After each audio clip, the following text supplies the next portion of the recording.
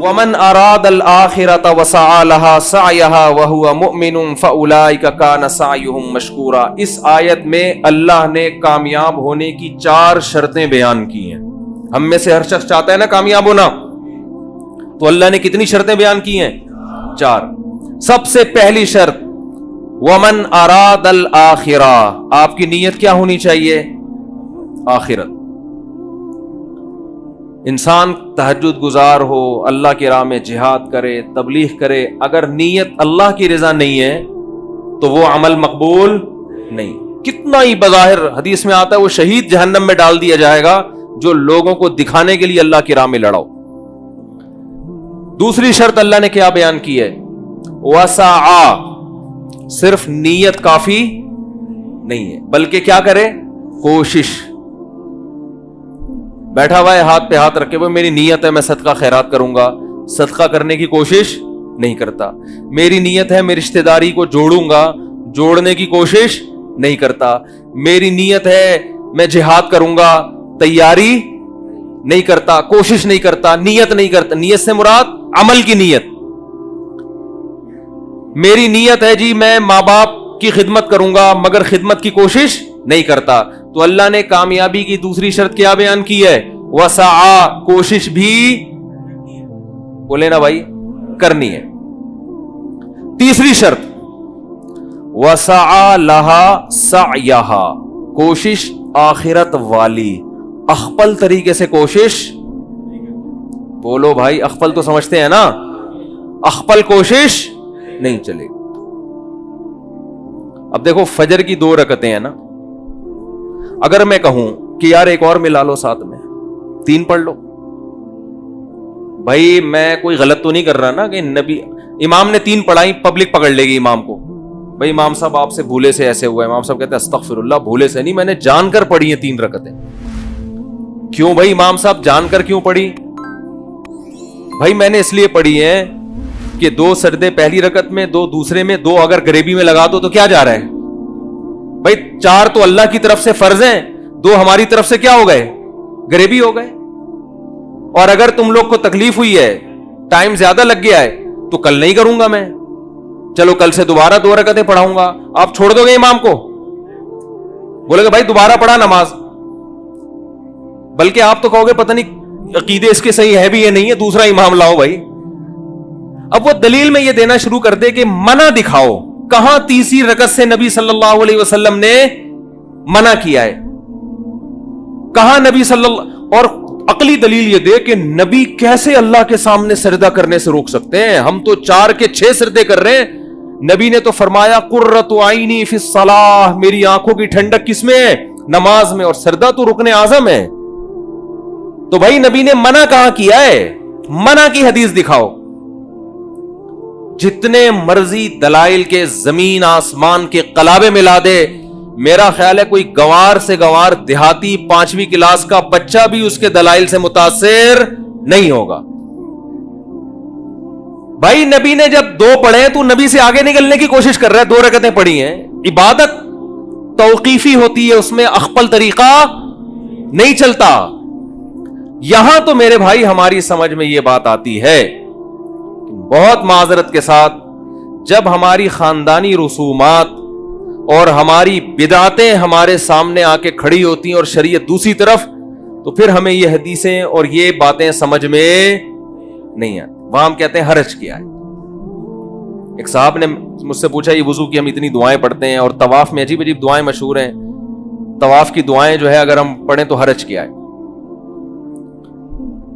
میں نے کہا حرج یہ ہے کہ جو چیز ثابت ہے وہ چھوٹ جائے گی آپ سے. جب بھی کوئی انسان ایک بدعت پر عمل کرتا ہے نا تو اللہ اس سے سنت چھین لیتے. ہمارے شیخ حضرت مفتی رشید احمد صاحب فرمایا کرتے تھے, بعض لوگ عملاً بدعتی ہوتے ہیں اور بعض مزاج کے بدعتی ہوتے ہیں. ان کو لگتا ہے کوئی عجیب چیز مارکیٹ میں نہیں آئے نا تو ان کو وہ والی چیز میں مزہ نہیں آتا جو ثابت شدہ ہو قرآن و سنت سے. تو قرآن نے کیا کہا ہے؟ وسعا لہا سعیہا, آپ کی اخپل کوشش بولو نہیں چلے. ساری رات انسان الٹا لٹک کے نماز پڑھتا رہے, ثواب ملے گا؟ بتاؤ سیدھے کھڑے ہو کے نماز پڑھنا زیادہ مشکل ہے الٹا لٹک کے؟ محنت زیادہ کون کر رہا ہے؟ کوشش تو وہ کر رہا ہے جو الٹے لٹک کے پڑھ رہا ہے، لیکن نماز کس کی ہوگی؟ جو تمیز سے سیدھا کھڑا ہو کے نماز پڑھ رہا ہے۔ تو ابھی کسی خاتون کا تھوڑی دیر پہلے فون آیا کہ میرے ابا کا انتقال ہو گیا تھا، ہم ہر جمعرات کو ان کے لیے کچھ لوگوں کو جمع کرتے ہیں، دعا ہوتی ہے۔ ہمارے جو پشاور سے تعلق رکھنے والے بھائی ہیں، پشاور والے بھائیوں کو بولتے ہوئے اتنا ڈر لگتا ہے کہ مجھے، یعنی کیونکہ ہمارے جو پشتون بھائی ہیں نا یہ غیرت میں بہت آگے ہیں، 100 دفعہ سوچنا پڑتا ہے، کوئی زبان میں ذرا سی بھی دائیں بائیں کچھ لڑک گئی تو بھائی ہماری خیر نہیں ہے۔ مہمان نواز بھی بہت ہیں، بہادر بھی بہت ہے، لیکن بہت حساس بہت زیادہ۔ پشاور میں KPK میں بہت معذرت کے ساتھ عادت ہے، کوئی مر جائے نا تو جو تعزیتی پروگرام چلتے ہیں،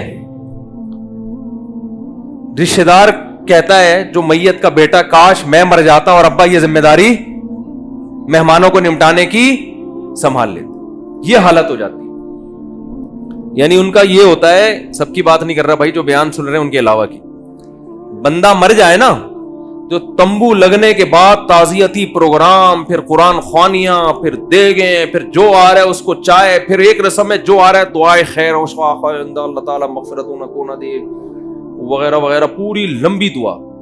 جو بھی آئے گا سب نے ہاتھ اٹھانا ہے، ہاتھ نہ اٹھائیں تو اس بات کا خطرہ ہے جہاں جنازہ لیٹا ہوا ہے تھوڑی دیر میں آپ بھی وہی لیٹ۔ میرا اندرون سندھ دورہ ہوا، مجھے نہیں پتا تھا ان کے یہاں میت بھی ہو گئی ہے، تو اور میت ہوئے ہوئے بھی کئی دن ہو چکے تھے۔ میں وہاں گیا، میں تو سندھی حضرات تھے بڑے محبت کرنے والے، بیان سن رہے ہوں تو بھائی معذرت۔ تو ان کے کہیں والد صاحب کا 30-40 دن پہلے انتقال ہو گیا تھا۔ اب جو بھی آ رہا ہے نا 30-40 دن کے بعد بھی کیا کر رہا ہے؟ ہاتھ اٹھا کے دعا۔ مجھے پتا تھا یہ ان کی رسم ہے، جو نہ مانگے نا اس کو چھوڑتے نہیں ہے۔ یہ 3 دن ویسے ہی تعزیت، اتنا لمبا غم کو کھینچنا شریعت میں ویسے بھی نہیں ہے نا۔ میں نے ارادہ کر لیا، میں نے کہا میں بس اخپل طریقے سے دعا مانگوں گا، ہاتھ نہیں اٹھاؤں گا۔ میں نے ان سے کہا، انہوں نے مجھے کہا وہ ہمارے ابا کا بھی انتقال ہو گیا تھا، ذرا دعا کر دیں۔ میں نے کہا دل سے دعائے اللہ ان کی مغفرت فرمائے، ان کے درجات کو بلند فرمائے، ان کو ترقیاں۔ اتنی میں نے اپنے ابا کے لیے شاید دعا نہیں مانگی ہوگی جتنے ہاتھ اٹھائے بغیر ان کے ابا کے لیے دعا مانگی۔ انہوں نے کہا ہاتھ اٹھا کے ہو جائے۔ میں نے کہا بس یہ ہو گئی، بس اتنا کافی ہے۔ نہیں جی ہاتھ اٹھا کے ہو جائے۔ میں نے کہا ہو گئی نا دعا، دل سے دعا مانگی۔